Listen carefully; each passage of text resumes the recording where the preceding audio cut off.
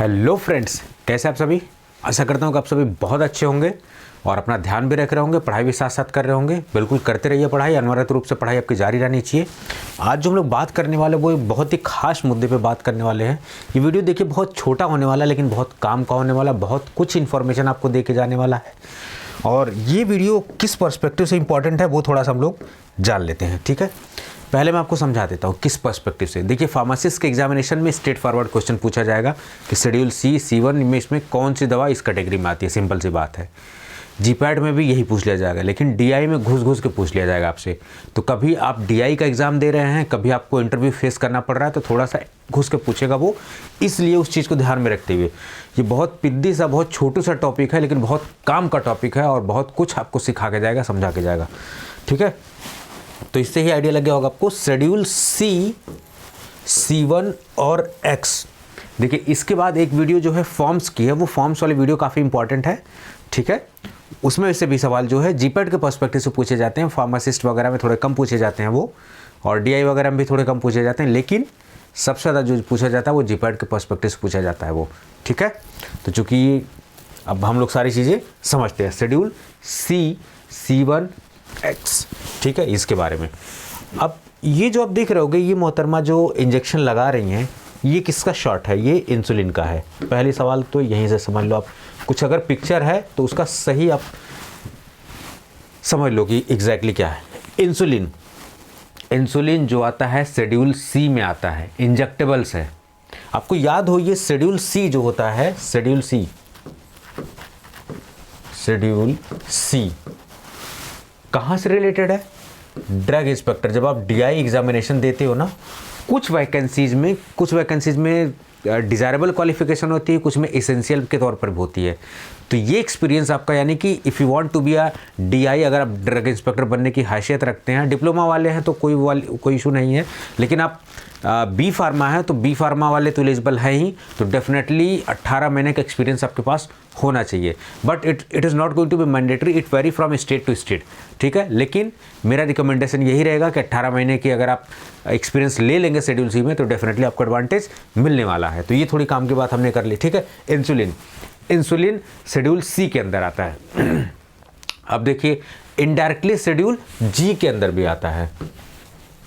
Schedule G के अंदर, यानी G का मतलब गुरु के अंडर में ले रहा है, यानी कि ऐसी दवाएं जो मेडिकल सुपरविजन में लगानी है। तो जब आप इंसुलिन डॉक्टर आपको लिखता है ना, तो बताता है कि ऐसे ऐसे यूज़ करना है, अपनी देख रेख में लिखता है, तो G के अंदर भी आ जाती है। लेकिन अगर आंसर आए, आपके क्वेश्चन में आए शेड्यूल C ऑप्शन हो, तो पहला ऑप्शन, सबसे फर्स्ट प्रेफरेंस शेड्यूल C पे आप लगाना, ठीक है। C वाला ऑप्शन सबसे ज़्यादा सही रहेगा, शेड्यूल C, ठीक है। That is going to the most correct option. लेकिन अगर दोनों है तो दोनों जो है करेक्ट ऑप्शन है, लेकिन the most correct option is schedule C। पहले मैं आपको क्लियर कर दूं।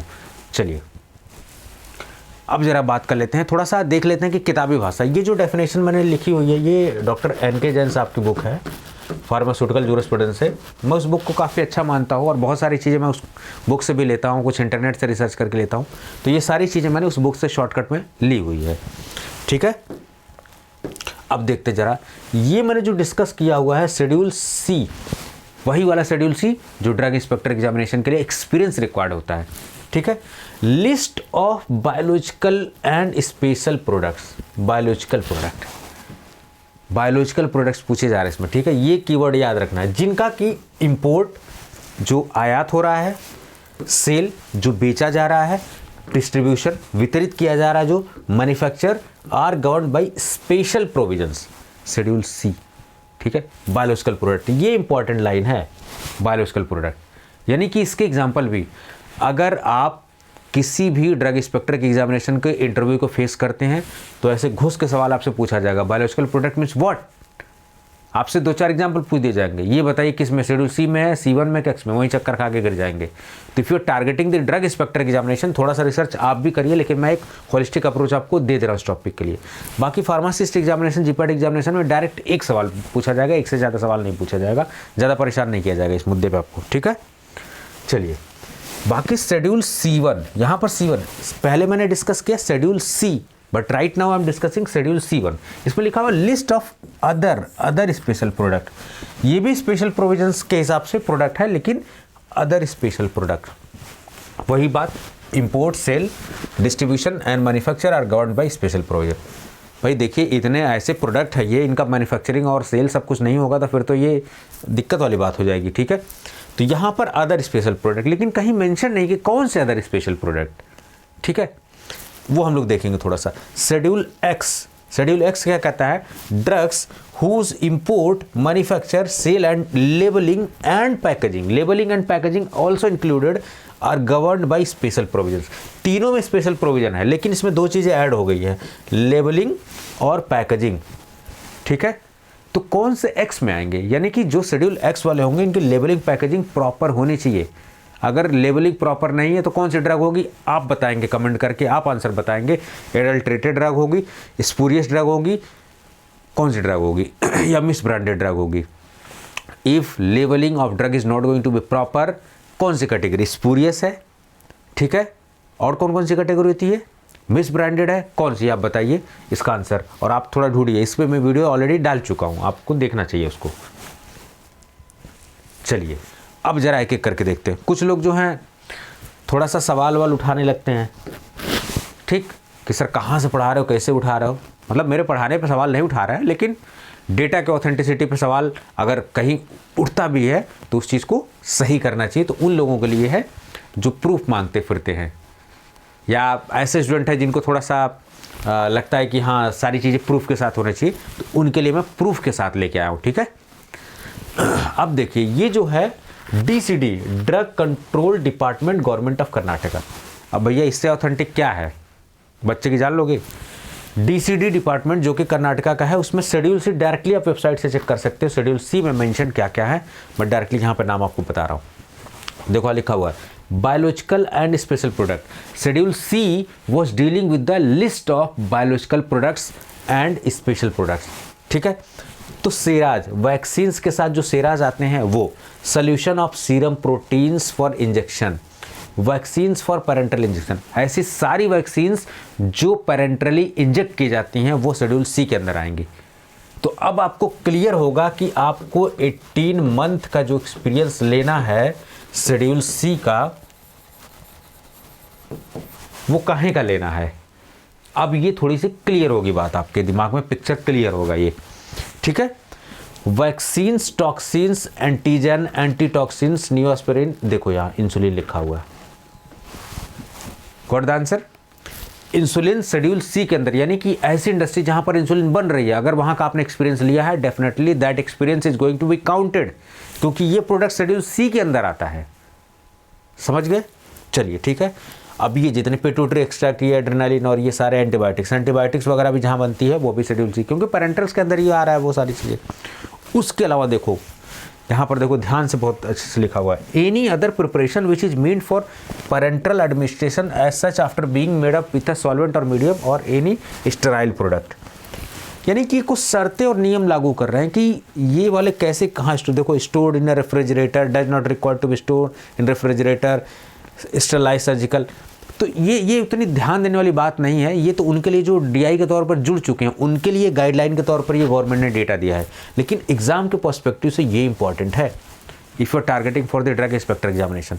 तो यहाँ से ऐसे ऑप्शन पूछ दिया जाएगा फार्मासिस्ट में भी कि इंसुलिन C1X किस में, सी में, एकदम रटा रहना चाहिए जबान पे, कहीं गड़बड़ नहीं करनी है, नहीं तो बहुत मुक्का पड़ेगा।